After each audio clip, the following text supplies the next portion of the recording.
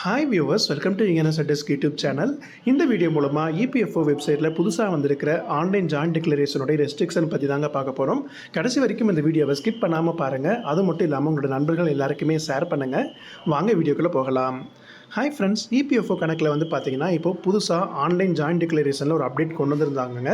இந்த புதிய ஆன்லைன் ஆப்ஷனில் வந்து நீங்கள் ஒரே நேரத்தில் ஒன்றுக்கு மேற்பட்ட கம்பெனிகளுக்கான ஜாயின்ட் டிக்ளரேஷன் தர முடியாத மாதிரி இருக்குங்க. அது மட்டும் இல்லாமல் நீங்கள் இப்போ நிறைய பேர் வந்து பார்த்தீங்கன்னா நிறைய கம்பெனிஸில் வேலை செஞ்சுருந்துருப்பாங்க.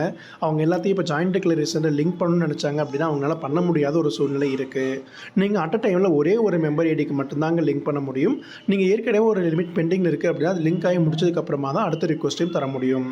நிறைய எம்ப்ளாயர்ஸ் வந்து பார்த்திங்கன்னா முன்னாடி ஒர்க் பண்ண கம்பெனி ஆகட்டும், புதுசாக இப்போ ஜாயின் பண்ணிக்கிற கம்பெனி ஆகட்டும், எல்லாத்தையும் ஒரே டைமில் லிங்க் பண்ணிக்கணும்னு நினச்சாங்க அப்படின்னா அது வந்து இப்போ பண்ண முடியாத மாதிரி இருக்குங்க. கவர்மெண்ட் இதை கன்சிடர் பண்ணி புதுசாக எல்லா ஜாயின்ட் டிக்ளரேஷனும் ஒரே டைமில் லிங்க் பண்ணுற மாதிரி கொண்டு வந்தால் ரொம்பவே நல்லா இருக்குங்க.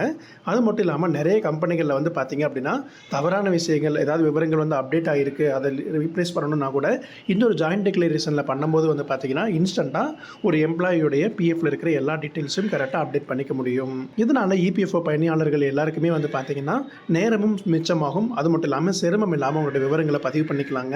கவர்மெண்ட்டில் இப்போ கொண்டு வந்திருக்கிற இந்த அப்டேட் பற்றி நீங்கள் என்ன நினைக்கிறீங்க அப்படிங்கிறதையும் கமெண்ட் பண்ணுங்கள்.